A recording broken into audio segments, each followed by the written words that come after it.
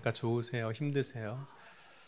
네, 한편으로는 우리가 마음껏 할 때 나에게 어떤 권한이 주어지고 또 자유가 주어졌기 때문에 그것이 좋게 여겨질 때도 있는데, 막상 그것이 주어졌을 때 어떻게 해야 되나 고민스럽기도 합니다. 그래서 오늘도 이제 인사를 늘 하던 식의 인사가 있는데, 마음껏 하라고 하시니까 갑자기 무슨 인사를 해야 되나, 차라리 그냥 정해주지 뭐 이런 생각을 하기도 합니다.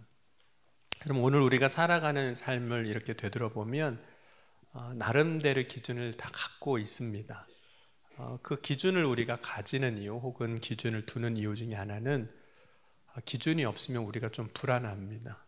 기준이 있을 때 안정감이 있거든요. 그럼 결혼식 때 축의금 얼마를 해야 되죠? 네, 기준이 없으면 되게 당황스러운 거예요. 그러니까 물론 이제 그 기준은 각자 나름대로가 있겠지만, 그죠? 기준을 갖고 이제 우리가 합니다. 그러면 그 기준에 맞으면 별로 뭐 불안할 것도 없는 거죠. 기준을 가지고 있을 때 실제로 우리가 뭔가를 결정하고 선택할 때 좀 쉽게 결정하고 선택할 수 있습니다. 왜냐하면 그 기준에 맞추면 되기 때문입니다. 그리고 그 기준을 가지고 우리가 어떤 것을 하게 되면 그것을 한 것에 대해서 어떤 당위성 혹은 정당성에 대해서 우리가 의심하지 않게 되죠. 이렇게 했으니까 이 기준에 맞춰서 내가 했다, 이렇게 생각하는 겁니다. 그리고 만약 기준이 없는 선택이라면 그 기준 없는 선택에 대해서 많은 사람들이 인정을 안 해주기도 하거든요. 그러니까 기준 가지고 했다 그러면 뭐라고 안 해요. 근데 기준 없이 했다 그러면 왜 그렇게 했냐고 그러고, 왜 그렇게 하지 않았냐고 그러고, 뭐 그런 이야기들이 이제 나오는 거죠. 그래서 우리가 어떤 기준을 갖는다는 것이 실제로 우리의 삶을 이렇게 되돌아보면 이것이 나의 삶에 어떤 안정감 혹은 편안함, 이런 것들을 주게 됩니다. 그러면 사람들은 이제 기준을 갖고 결국 살아가는데, 그 기준을 어떻게 만들고 또 어디에다 그 기준을 두고 살아가는가 하는 거예요. 오늘 이제 우리가 로마서를 계속 보고 있는데, 바울이 이제 로마서를 쓸 당시에 이제 로마에 있는 성도들에게 이런 이야기를 오늘 하게 되는 건데, 그때 당시에 세상은 로마의 지배, 로마의 통치 아래에 있었습니다. 그래서 로마의 법을 따라야만 하는 거죠. 로마의 법은 로마가 통치하는, 로마 황제가 통치하는 모든 지역에 다 미치고 있었습니다. 그럼 바울이 이제 복음을 전하다가 이제 감옥에 갇히게 됩니다. 사도행전 16장에 보면 빌립보 감옥에 갇히게 되는 그 상황에서 다시 이제 풀어나는 이야기가 있어요. 그런데 그때 바울이 풀어나면서 이런 이야기를 해요. 내가 로마 시민권을 갖고 있다, 이렇게 이야기를 합니다. 로마 시민권을 가진 사람에게는 죄가 있을 때만 옥에 가둘 수 있어요. 그러니까 그러니까 범죄가 분명하게 확정이 돼야만 이제 감옥에 갈 수 있는 거죠. 사실 지금도 그렇잖아요. 물론 이제 조사하는 과정에서 뭐 구속이 되기도 하지만 감옥은 언제 가는 걸까요? 형이 확정돼야 가는 거예요. 그게 이제 로마의 법입니다. 근데 이제 형을 확정하지 않은 상황에서 이제 옥에 가뒀던 사건이 사도행전 16장에 일어나는 거거든요. 그래서 이제 바울이 그런 이야기를 해요. 내가 로마 시민권 갖고 있는데 왜 나를 이제 옥에 가뒀냐. 그러니까 그 당시에 옥에 가뒀던 사람들이 바울이 로마 시민권이 있다는 이야기를 듣고 이제 오히려 두려워합니다. 왜냐하면 내가 법을 어긴 것이 되기 때문에 그런 거죠. 그러니까 그 당시 세상의 법이 이제 그 시대의 기준이었던 거예요. 로마의 법이 기준인 겁니다. 근데 그 로마의 법이 기준이었던 것처럼 사실 오늘도 우리가 살아가는 이 시대에도 법이 있습니다. 그래서 법 안에서 지금 살아가고 있는 거거든요. 뭐 우리가 그것이 구체적으로 어떤 법이다라고 다 이야기하지 않아도 여러분은 오늘 다 법을 지키면서 오셨어요. 여러분 혹시 버스 타고 오신 분들, 저쪽에 내가 탈 버스가 왔는데 횡단보도가 빨간불이셨어요. 건너셨나요? 안 거셨나요? 물론 차가 오니까 사고 날까봐 두려워서 안 건널 수도 있지만 차가 안 와도 안 건넙니다. 왜냐하면 언제 건너야 되는 거죠? 파란불이면 벌써 옛날 분이 있은 거예요. 초록불. 네. 초록불일 때 이제 건너는 거예요. 그게 뭐냐면 우리가 갖고 있는 법이에요. 우리가 갖고 있는 어떤 교통 법규, 어떤 질서입니다. 그러니까 우리도 사실은 다 그런 법 안에서 살아가고 있습니다. 근데 오늘 바울이 성도들에게 이런 권면을 해요. 너희가 이제 당시에 세상 법이 있는데 오늘 1절 보면 이렇게 이야기를 합니다. 각 사람은 위에 있는 권세들에게 복종하라. 권세는 하나님으로부터 나지 않음이 없나니 모든 권세는 다 하나님께서 정하신 바라. 그래서 세상 권세에 복종하라. 세상 법이죠. 법에 복종하라 이렇게 합니다. 왜냐하면 그 법이 그 시대에 하나님이 정하신 질서라는 거예요. 물론 그 권세자들의 권위도 하나님께로부터 온 겁니다. 그렇기 때문에 세상 권세를 거스르는 것이 결국에는 하나님의 명을 거스르는 것이라고 오늘 2절까지 이야기하고 있어요. 그러면 세상 권세를 가진 사람들이 선하게 세상을 다스리고 통치한다면요, 뭐 그의 권세에 따르는 것, 법을 따르는 것은 뭐 그렇게 고민될 문제는 아닐 텐데, 권세를 가진 자들이 선하지 않을 때 그 선하지 않은 권세를 가진 사람들의 그 법에도 명령에도 우리가 복종해야 하느냐 하는 거죠. 권세를 가진 자가 악을 행한다면 그 악에 대해서는 하나님이 심판을 하실 겁니다. 다만 권세를 가진 그가 악하다 할지라도 그에게 복종하라고 이야기를 해요. 단 조건이 있습니다. 어떤 조건에서 그렇게 하라고 그러냐면 우리 13장 5절 말씀 한번 같이 읽겠습니다. 13장 5절 같이 읽겠습니다. 그러므로 복종하지 아니할 수 없노 진노 때문에 할 것이 아니라 양심을 따라 할 것이니라. 그럼 바울은 우리가 세상을 살아갈 때 그리스도인이 가져야 할 기준에 대해서 이야기하고 있는데, 하나는 세상의 법이에요. 여러분도 지금 다 세상의 법을 지키고 오셨잖아요. 네. 안 지키시면 큰일 나는데 네, 법을 지키고 오셨잖아요. 그게 하나의 기준이에요. 그것이 우리가 이 시대를 살아간 하나의 기준. 그런데 우리가 그리스도인으로 이 세상을 살아갈 때 또 하나의 기준을 가지고 살아야 하는데, 그 기준이 무엇이냐면 양심이라는 기준이라는 거죠. 여러분 양심은 있으세요? 네, 말이 좀 이상한가요? 양심이 있으세요? 바울은 양심이란 단어를 그의 서신서에서 여러 번 언급하거든요. 사도행전 21장 1절 보면 이렇게 이야기를 합니다. 바울이 공회를 주목하여 이르되 여러분 형제들아, 오늘까지 나는 범사의 양심을 따라 하나님을 섬겼노라 라고 이야기를 하고 있고, 로마서 2장 15절에도 이렇게 이야기를 합니다. 이런 이들은 그 양심이 증거가 되어 그 생각들이 서로 혹은 고발하며 혹은 변명하며 그 마음에 새긴 율법의 행위를 나타내느니라. 그래서 양심에 대한 이야기를 합니다. 그럼 실제로 우리가 일상생활에서 우리의 일상의 언어에서 이 양심이라는 단어를 참 많이 사용하잖아요. 예를 들자면 어떤 도덕적으로 문제가 되는 행위나 어떤 말이나 삶을 살아가는 사람을 향해서 양심 없다라고도 이야기를 합니다. 이때 사용되는 양심은 이제 사회적으로 통용되는 선을 이야기하는 거예요. 여러분, 사회적으로 우리가 통용되는 선이 있습니다. 그것은 공동체가, 그 사회를 구성하고 있는 공동체가 이것이 옳다라고 함께 알고 있는 것, 그러니까 나만 그렇게 알고 있는 게 아니라 모든 사람이 같이 알고 있는 것, 그것을 양심이라고 해요. 그러니까 함께 안다, 이게 양심이라는 본래 단어의 의미거든요. 그러니까 공동체가 이것이 옳다라고 함께 알고 있는 것, 그것이 이제 사회가 말하는, 사회에서 통용되는 선입니다. 근데 그 사회가, 공동체가 역사적으로 혹은 문화적으로 정의한 것들이에요. 그 선이라고 말하는 것은. 예를 들자면 여러분, 거짓말은 악한 걸까요? 선한 걸까요? 거의 모든 사회가, 공동체가 그것은 동의하는 겁니다. 악이죠.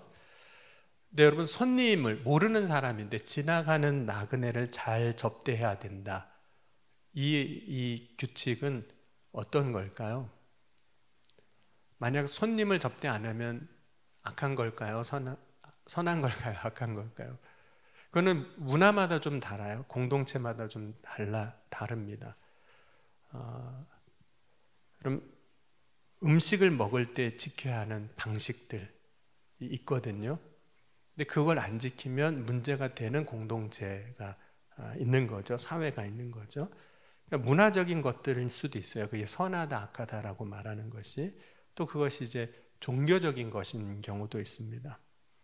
그래서 이런 것들을 지키지 않을 때 그 사회적으로 비난받고 그것을 행하지 않았을 때 개인이 스스로 이제 양심의 이제 가책을 받기도 하는 거죠. 내가 지키지 않았다는 그런 마음에서. 근데 바울이 말하는 오늘 이 양심은 사회 공동체가 혹은 문화가 이야기하는 그런 도덕적 양심을 이야기하는 것은 아닙니다.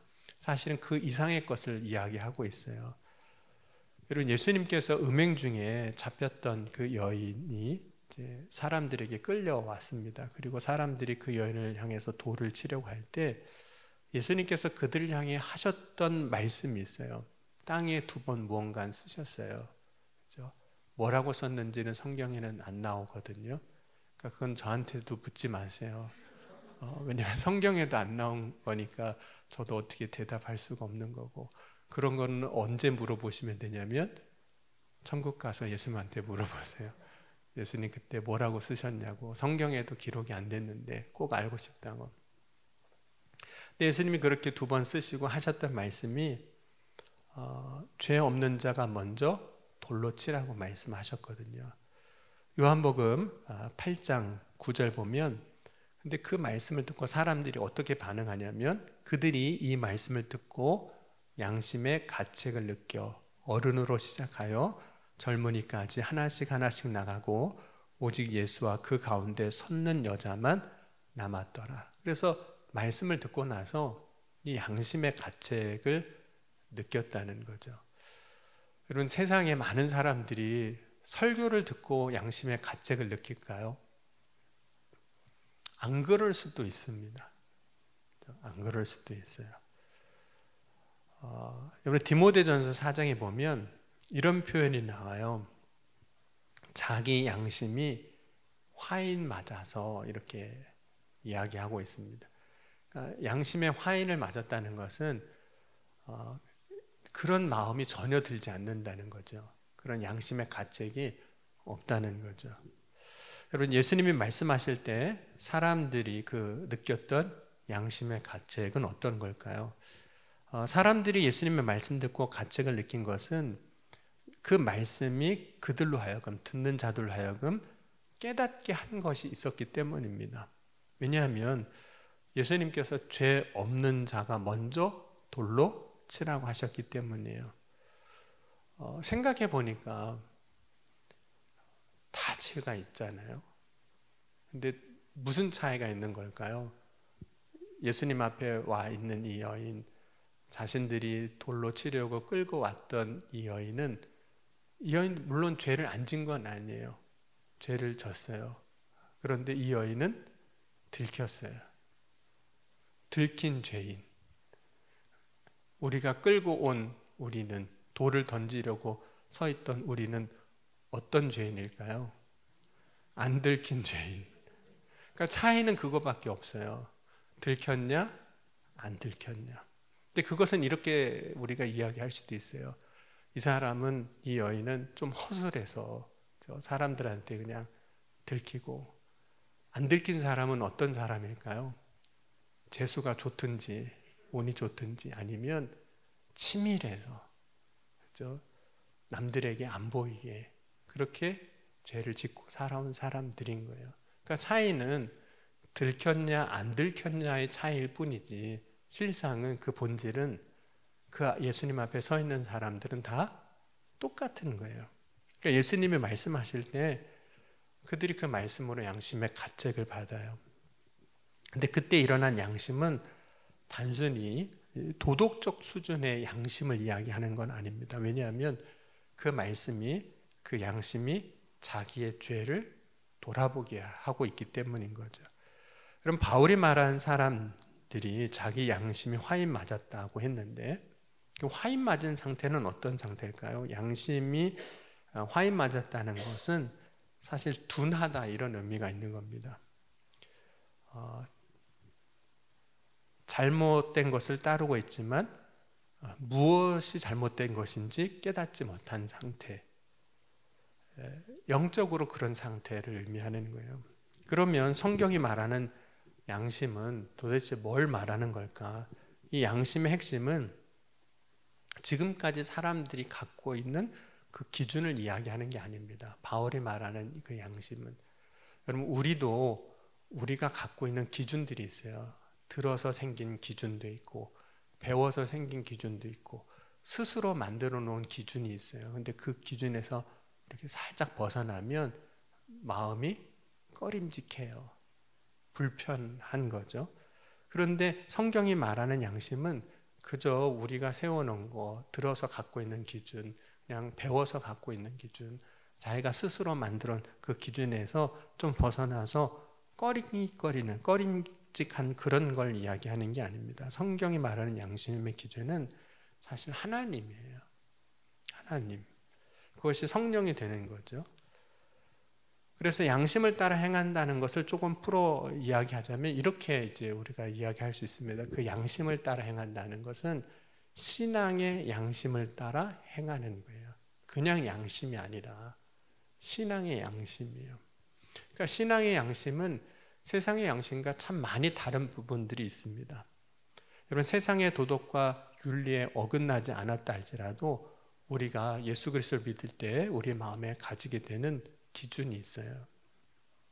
예를 들자면 여러분 1년에 성경 한 번도 안 보면 마음이 찔릴까요? 안 찔릴까요? 송구영신 예배 때 내가 1년에 성경도 안 봤네. 근데 여러분, 세상에서는 성경 안 본 게 그렇게 죄가 될 것도 아니잖아요. 아무런 문제가 될 게 아니에요. 그런데 그것이 내 마음에 여전히 남아 있는 거죠. 여러분, 신앙의 양심은 그것에 대하여 우리로 하여금 거리끼게 하는 것들이 있는 거예요. 여러분, 바울이 이제 우상에 드려진 그 고기를 먹는 데 있어서는 아무런 거리낌이 없었습니다. 하지만 바울은 자신이 우상에 드려진 그 고기를 먹는 것으로 인해서 믿음이 약한 자들이 넘어지게 된다면 우상에게 드려진 고기를 먹지 않겠다라고 얘기하는 거예요. 먹어도 돼요. 그런데 내가 먹는 이 일 때문에 누군가가 실족하는 일이 있다면 나는 안 먹겠다는 거예요. 이것이 바울이 갖고 있는 기준인 거예요. 내가 어떻게 살아야 하는지에 대한 기준, 그것이 신앙 양심인 거예요. 내 삶의 기준으로 삼는 것이기 때문에. 그러니까 바울이 말하는 양심은 신앙 양심인 거예요. 그리고 신앙 양심에 있어서 핵심은 사실은 성령의 역사이기도 합니다. 왜냐하면 우리로 하여금 깨닫게 하시고 알게 하시는 분은 성령이시기 때문에. 그래서 양심을 따라 행한다는 것은, 혹은 신앙의 양심을 따라 행한다는 것은 더 깊이 들어가 보면 결국은 성령을 따라서 살아간다, 그런 말인 겁니다. 그러니까 저와 여러분이 오늘 이 시간 신앙의 양심을 가지고 살아간다, 그 말은 성령을 따라 살아간다, 그런 의미라는 거죠. 그래서 이 양심은 결코 세상에서 말하는 도덕적 그 양심과 비교할 때 그 깊이와 가치가 작지 않습니다. 더 크고 넓습니다. 뛰어넘는 거죠. 왜냐하면 그 양심에는 하나님의 마음이 들어있기 때문이에요. 이 양심은 단순히 나의 삶의 도덕적 기준에 머무르지 아니하게 하시고 하나님의 기준으로까지 나의 삶을 이끌어가는 겁니다. 그래서 믿음의 사람들이 신앙의 양심을 따라 살아갈 때 그 삶의 끝은 무엇이 있냐면 성화가 있는 거예요. 거룩한 삶이 있는 거죠. 여러분, 양심을 따라 산다는 게 도대체 어떤 걸까요? 사실은 그 양심을 따라 산다는 것을 우리가 좀 더 구체적으로 하려면 믿음의 선조들이 어떻게 살았는지를 보면 이게 신앙의 양심을 따라 사는 거구나 하는 것을 우리가 더 금방 이제 와닿게 되거든요. 신앙의 양심을 따라 살지 않은 사람의 예를 한번 들자면 사도행전 4장과 5장 보면 아나니아가 은혜를 받고 자기 재산을 팔기로 하고 사도들의 발 앞에 놓습니다. 그래서 그걸 가지고 교회가 이제 구제 사업을 시작을 해요. 그때 은혜 받았던 사람이 있는데 아나니아와 삽비라 부부가 은혜를 받습니다. 자신들도 이제 자기의 밭을 팔아서 바나바처럼 그렇게 사도들 발 앞에 놓기로 했거든요. 그런데 막상 물론 여기부터는 성경이 안 나온 겁니다. 그러니까 이해하시고 들으세요. 막상 팔고 보니까 여러분 우리가 어떤 걸 팔려고 하면 그런 생각이 있잖아요. 이거는 요 정도 받았으면 좋겠다. 그런 생각이 있으시잖아요. 여러분 집 팔 때 어떠세요? 아무렇게나 팔고 싶으세요? 아니면 요 집은 요 정도는 받았으면 좋겠다라는 생각이 있잖아요. 나름대로 그 기준이 있는 거죠. 근데 아나니아와 삽비라도 그랬던 것 같아요. 이거 팔면 이 정도는 받지 않을까라고 생각을 한 것 같아요. 그런데 여러분 막상 내가 생각한 것보다 더 받으면 어떨까요? 안 좋으세요? 좋죠. 덜 받으면 속상하고, 그죠? 더 받으면 좋은 거잖아요. 근데 그 바치기로 한 것은 하나님 앞에 드리기로 한 거잖아요. 그 밭은. 근데 더 받았어요. 그러면 여러분 어떤 생각이 들까요? 나는 본래 요만큼만 하려고 했는데 그거 더 받으니까 이게 더 커지는 거잖아요. 더 커질까 봐 걱정이신가 봐요. 네. 더 커지는 거잖아요. 그러니까 아까운 생각이 드는 거예요. 갑자기. 그래서 그 판 것 중에 얼마를 감추게 되는 상황이 이제 벌어진 겁니다. 그때 베드로가 그 아나니아와 삽비라 부부를 향해서 이렇게 이야기를 합니다. 사도행전 5장 3절 4절 보면 베드로가 이르되 아나니아여 어찌하여 사단이 내 마음에 가득하여 내가 성령을 속이고 땅값 얼마를 감추었느냐. 땅이 그대로 있을 때는 내 땅이 아니며 판 후에도 내 마음대로 할 수가 없더냐. 어찌하여 이 일을 내 마음에 두었느냐. 사람에게 거짓말한 것이 아니요 하나님께로다 라고 이야기를 합니다. 그래서 아나니아와 삽비라가 하나님을 속였다라고 이야기를 해요. 여러분 하나님을 속이는 거는 죄가 될까요? 안 될까요? 여러분은 신앙 양심이 있어서 그러시는 거예요. 여러분 세상에서 우리나라 법으로 볼 때, 형법으로 볼 때 혹은 민법으로 볼 때 하나님을 속인 죄는 어떤 판결이 나올까요?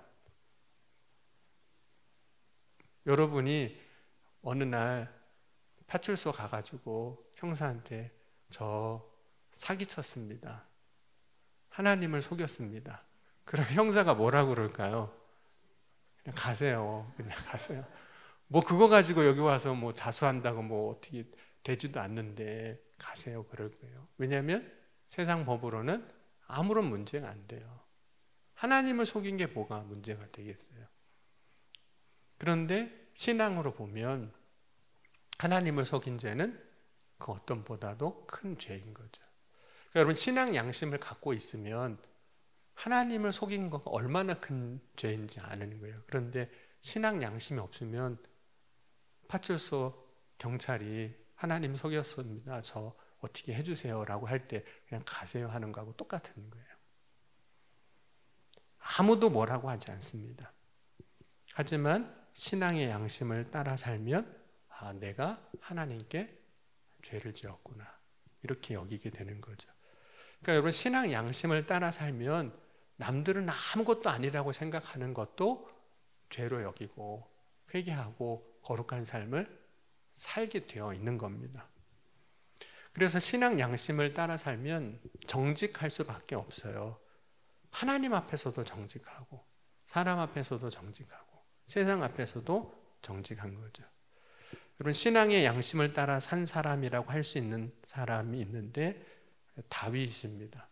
여러분 다윗이 우리아의 밧세바를 범한 다음에 나단 선지자가 찾아왔을 때 처음에는 자기를 향해서 선지자가 이야기하는 걸 몰랐습니다. 그런데 결국은 이게 나에게 주신 하나님의 말씀인 걸 깨닫고 회개를 해요. 자신의 죄를 이렇게 고백합니다. 사무엘하 12장 13절 다윗이 나단에게 이르되 내가 여호와께 죄를 범하였노라 하매 나단이 다윗에게 말하되 여호와께서 당신의 죄를 사하셨나니 당신이 죽지 아니하려니와. 사실 그 당시에 다윗이 정말 잡아떼면 아무런 증거가 안 나오는 거예요. 게다가 왕이지 않습니까? 권력을 갖고 있는 사람이니까 혹시 남은 증거도 다 처리하고 없애고 다 할 수 있는 그런 자리에 있는 겁니다. 나만 잡아떼면 돼요. 나만 잡아떼면 아무리 나단 선지자가 하나님 앞에 범죄했다고 그래도 나만 잡아떼면 되는 건데, 그때 다윗이 내가 하나님께 범죄했습니다, 이런 고백을 하고 가는 거예요.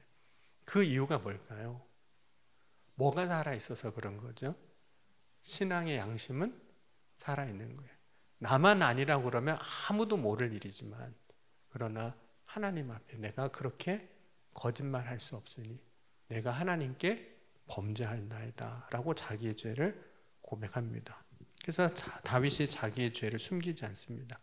신앙의 양심을 따라 정직하게 살아가게 되는 거죠.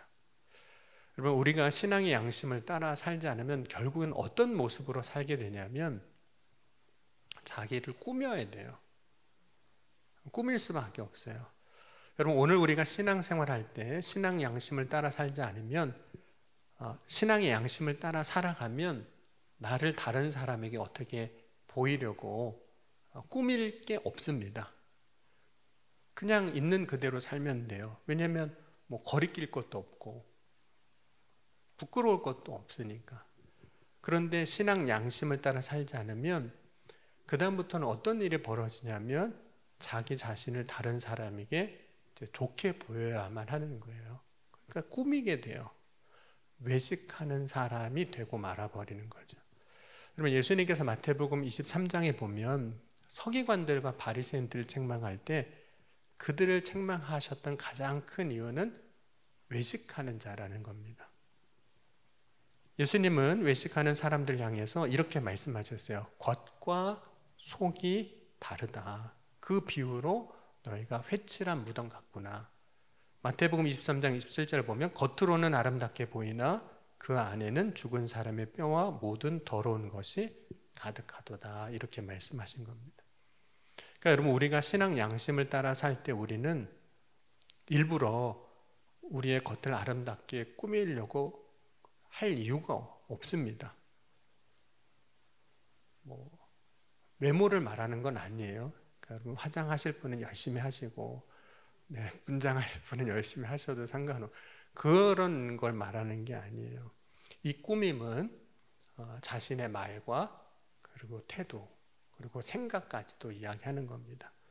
우리는 다른 사람에게 잘 보이려고, 좋게 보이려고 때로는 우리의 말도 꾸미고 우리의 태도도 꾸미고, 이게 내 생각이 아님에도 불구하고 마치 그렇게 생각하는 사람처럼 말할 수도 있다는 거예요.